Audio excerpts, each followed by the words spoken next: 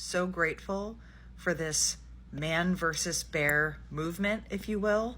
And here's why. Because it's highlighting the two different types of men.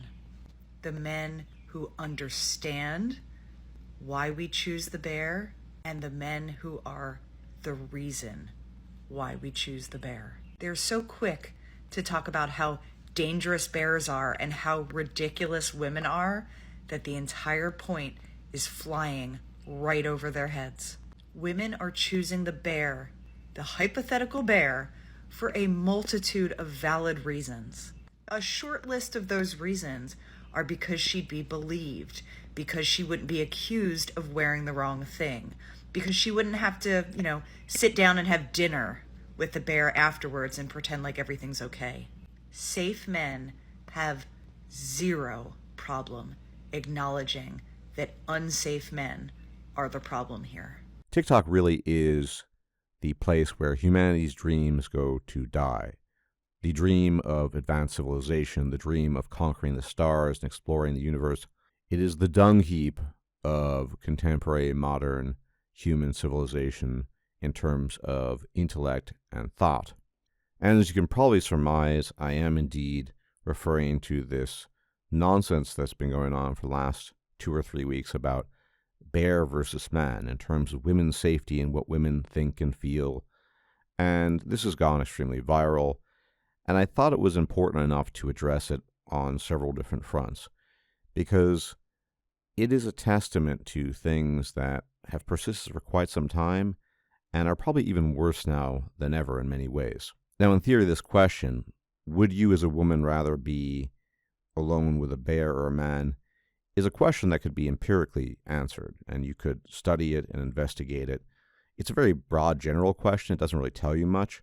For example, it doesn't tell you about the nature of the bear. Is it a mother bear with cubs, for example? It's just a bear. There's no context for it. And the same is true for the individual man. It's just a man. Does he have a criminal background?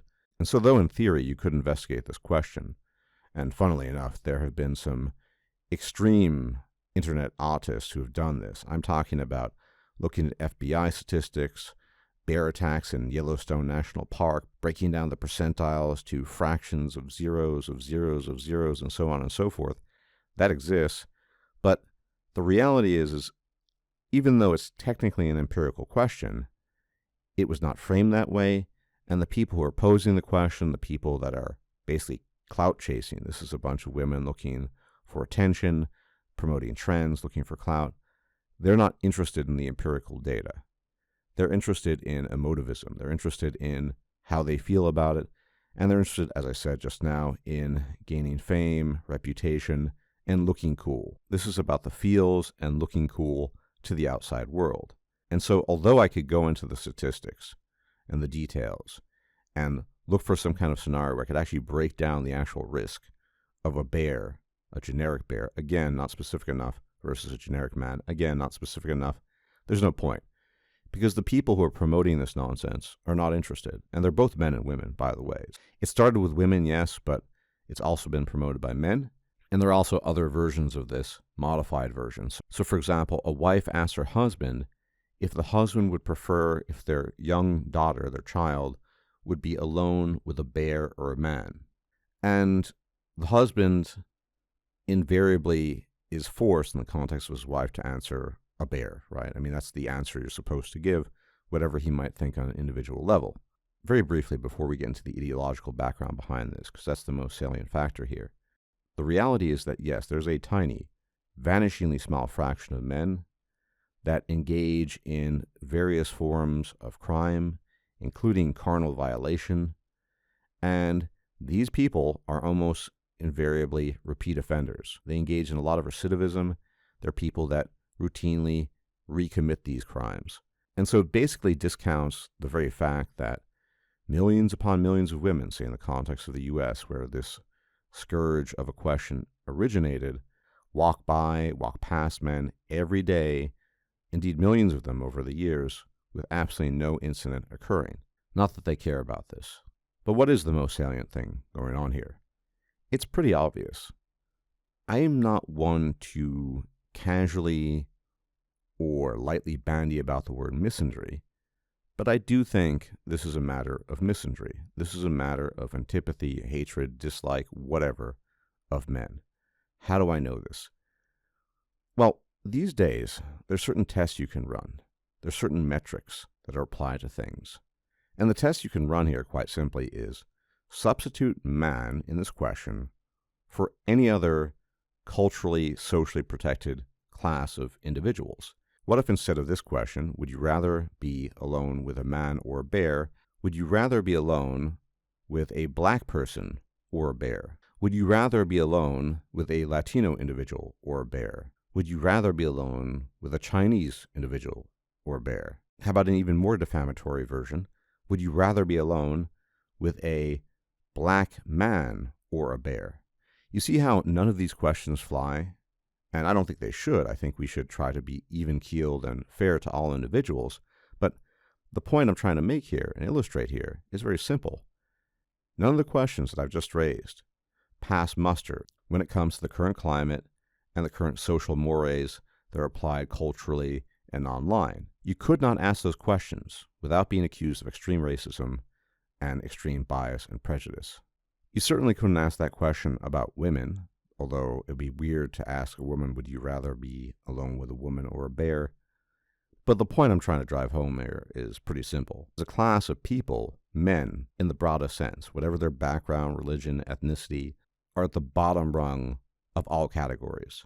The fact that you can publicly, for weeks on end, produce TikTok videos, and YouTube videos for that matter, accruing millions of views, posing this question, with the answer almost invariably being suggestive of how horrible men are, how dangerous they are, how despicable they are, compared to a wild animal, is very telling. It tells you that nobody likes men. I mean, this is pretty clear, right? There are a lot of other data we can talk about.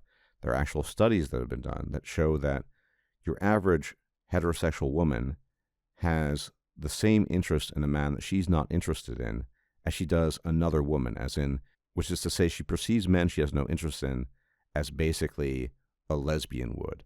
She's effectively gay in those instances. And of course, this is a long time coming, right? I've been talking about this for years. You go back to the early 2000s, the buffoonishness of Homer Simpson, to the way men are casually talked about on magazine covers, to the 2010s, where it ramped up and got worse and worse. And now with the abomination we call TikTok, it's that much worse. And it's always strange, considering that in the current meta of society, everyone is focused on how bad this group has it or that group has it, and how the prejudice against this group is so bad. But the broadest category, half of humanity, seems to be excluded from that consideration, namely men.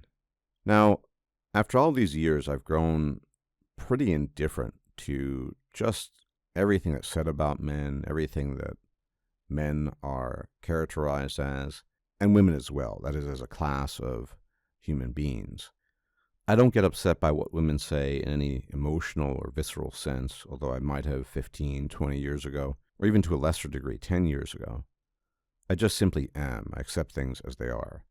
But sometimes you do need to point out how hypocritical individuals are, and how, broadly speaking, society is a bunch of hypocrites. And this isn't about malicious intent. As I said, all the people doing this, whether they're men or women, are just clout chasers. They're looking for recognition. They're looking for fame, internet money. Women especially are chasing trends. Yes, on some very basic level, it is a quote-unquote funny question, but it's a question that reflects back the perennial situation of men, which is nobody gives a rat's buttocks about you as a man. Unless you're doing something important, unless you look good, maybe they might then. And the second those things cease to be, nobody's going to care. And so as a man, you're ultimately left with this dilemma, since nobody out there cares about you. And so the consequence of this is, since nobody out there is going to listen to you, nobody cares about you, nobody really wants to help you out, you are the person that has to help yourself out. Now, because of this situation, we have seen in recent years, borne witness to an incredible amount of dishonest guruism. For example, Hamza, Bathrobe Man, who, by the way, was recently on Chad Williamson, and apparently Chad Williamson chastised him for various things. I haven't watched it. I don't think I will. But the point is, you as a guy, you as a man, have no inherent value. If you disappear tomorrow, no one would give a damn. If I disappeared tomorrow, no one would give a damn. That's just the way it is. So on some level, you do need to take care of yourself. Not necessarily in the guru sense of becoming relevant and getting chicks and money. You can do that if you want. But rather, if you want to have a halfway decent life, you have to pay attention to certain things. Pay attention to your health. Don't completely neglect your finances. Think about what you enjoy in life, what you don't. Try to make life as tolerable as possible for you as an individual man, because no one else is going to do it. And this moronic, idiotic TikTok question is a testament to that. Nobody likes you, so it's worth making an effort to attempt to like yourself, because that's probably the best you're ever going to be able to do in this effed up world that we live in. Anyway, as always, thank you for tuning in. Many special thanks to my patrons and donors on PayPal. You guys are the best. You keep the channel going. Without you, this channel would simply cease to exist. As for everybody else, if you can leave a like, comment, share, and subscribe, it'd be much appreciated. Supposedly that helps. Doesn't seem to. If I'm still alive, I'll check you out next time. Until then, may the gods watch over you. Bye-bye for now. If you liked this video, please like, share, and subscribe. And if you enjoy my content, please consider making a donation or becoming a patron. Thanks for watching.